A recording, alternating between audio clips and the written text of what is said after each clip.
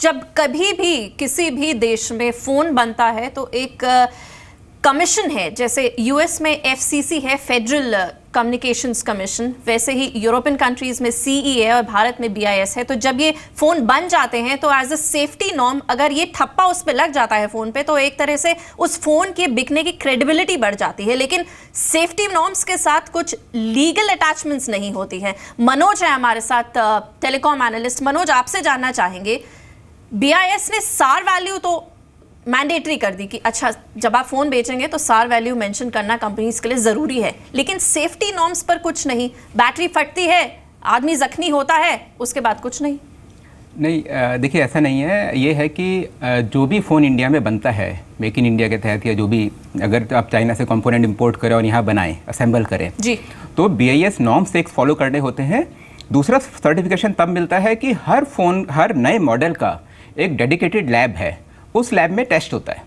तो उस लैब में देखते हैं कि वो सारे के सारे जो पैरामीटर्स हैं जो कि स्पेसिफाई करे हुए हैं, वो सारे के सारे पैरामीटर्स मीट होते हैं या नहीं होते हैं जी। जब वो लैब ओके करता है कि ठीक है सारे के सारे पैरामीटर्स ये मीट करते हैं, उसके बाद ही बीआईएस की स्टैंप लगती है और बाकी सारे के सारे जो फ़ोन बनते हैं उसी नॉर्म्स के बेसिस पे बनते हैं, उन्हीं पैरामीटर्स के बेसिस पे बनते हैं जी। तो कायदे से तो एक बारी अगर अप्रूवल हो गया, सेफ्टी अप्रूवल हो गया, तो उसके बाद फ़ोनों में कोई दिक्कत आनी नहीं चाहिए। बिल्कुल।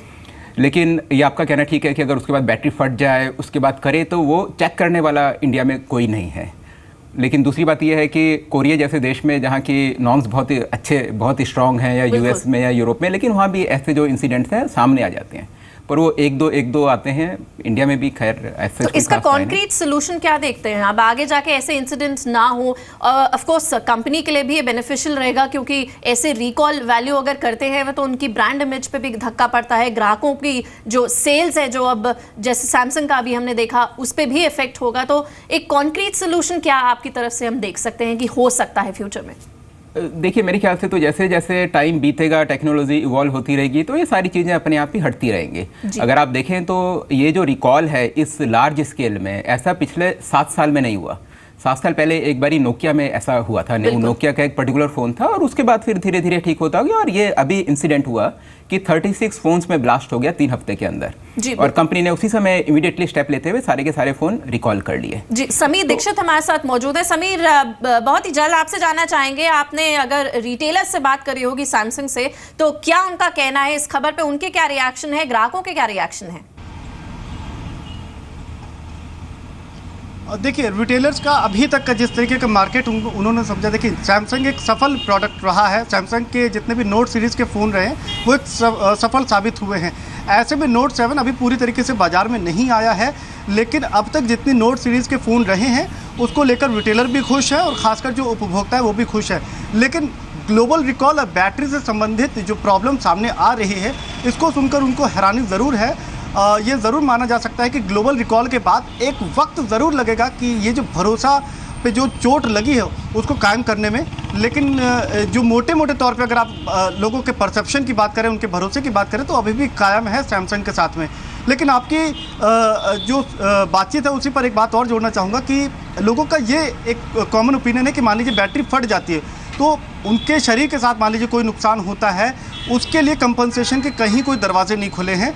ये लोगों का एक मेजर कंसर्न है कि मान लीजिए आप फ़ोन का इस्तेमाल कर रहे हैं और तकनीकी खराबी के चलते आपके फ़ोन के साथ कुछ दिक्कत आती है और उसका चोट अगर आपके शरीर पे होता है तो कंपनसेशन के लिए कहीं कुछ नहीं है, और उसके लिए कौन आवाज़ उठाएगा, इसको लेकर भी कुछ रास्ते साफ नहीं है। जी बिल्कुल, सोशल मीडिया पे भी ऐसी आवाज़ें काफ़ी उठाने की कोशिश की लोगों ने, जिनकी बैटरी एक्सप्लोड हुई है, पिक्चर डाली है और कॉमेंट्स मांगे हैं, पर कुछ कॉन्क्रीट जवाब नहीं मिल पाया है किसी भी सरकार से। बहरहाल आपको बताते हैं कि नॉर्मल प्रॉब्लम्स क्या होती हैं अगर हम मोबाइल फ़ोन, स्मार्टफोन यूज़ करते हैं। बैटरी फटने की घटना होती है उससे, सबसे बड़ी ये, और बैटरी चार्ज नहीं होती है, और उसके बाद ब्लूटूथ कनेक्टिविटी भी स्मार्टफोन में एक बड़ी प्रॉब्लम होती है। फ़ोन का हैंग होना बहुत ही कॉमन प्रॉब्लम।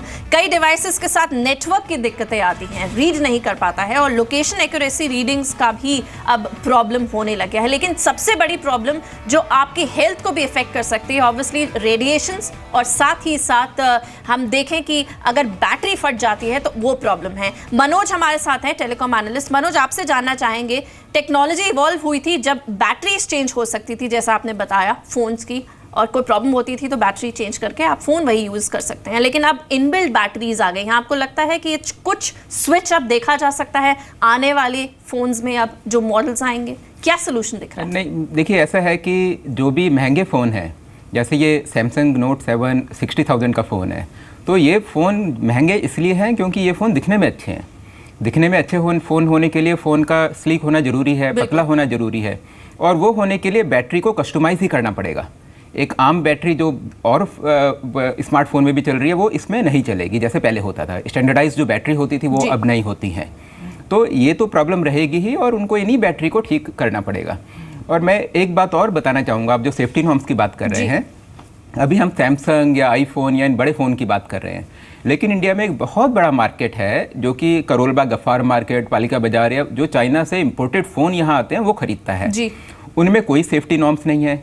आपने जैसे SAR की बात करी, मैंने खुद पर्सनली जाके देखा है कि SAR उनमें किसी फ़ोन के पीछे लिखा नहीं होता कि क्या है क्या नहीं है, और वो बैटरी फटने के जो इंसिडेंट्स हैं वो कहीं रिपोर्ट भी नहीं होते हैं, क्योंकि वो फ़ोन खरीदने वाले जो लोग होते हैं वो जनरली नीचे के तबके के लोग होते हैं। बिल्कुल जी, वो प्रॉब्लम तो देखी जा रही है, मगर देखने वाली बात यह है कि जो ब्रांडेड फ़ोन है और जिन्हें एक प्रॉपर रिटेल स्टोर से खरीदा जा रहा है, वहाँ से भी खरीदने के बावजूद अब ऐसी प्रॉब्लम आ रही है जहाँ की फ़ोन्स जो भी प्रीमियम फ़ोन है, जैसे कि सैमसंग का नोट 7 60,000 का फ़ोन, और उसमें भी प्रॉब्लम। बहरहाल अब आगे सेल्स पे क्या इफेक्ट होगा, ब्रांड इमेज पे क्या इफेक्ट होगा, ये आने वाले वक्त ही बताएगा सैमसंग पे। पर हम आपसे यही कहेंगे, अगर आप फ़ोन खरीदते हैं उसकी SAR वैल्यू ज़रूर देखिएगा, ब्रांडेड फ़ोन देखिएगा, और अब सरकार की तरफ से ऐसी घटनाओं पे क्या कदम उठाए जाएंगे ये अब आने वाला वक्त ही बताएगा। बहरहाल इस खास पेशकश में इतना ही। मनोज जी आपका बहुत बहुत धन्यवाद, समीर आपका धन्यवाद जुड़ने के लिए, और जी बिजनेस पर खबरों का सिलसिला जारी रहेगा। आप देखते रहिए जी बिजनेस। नमस्कार।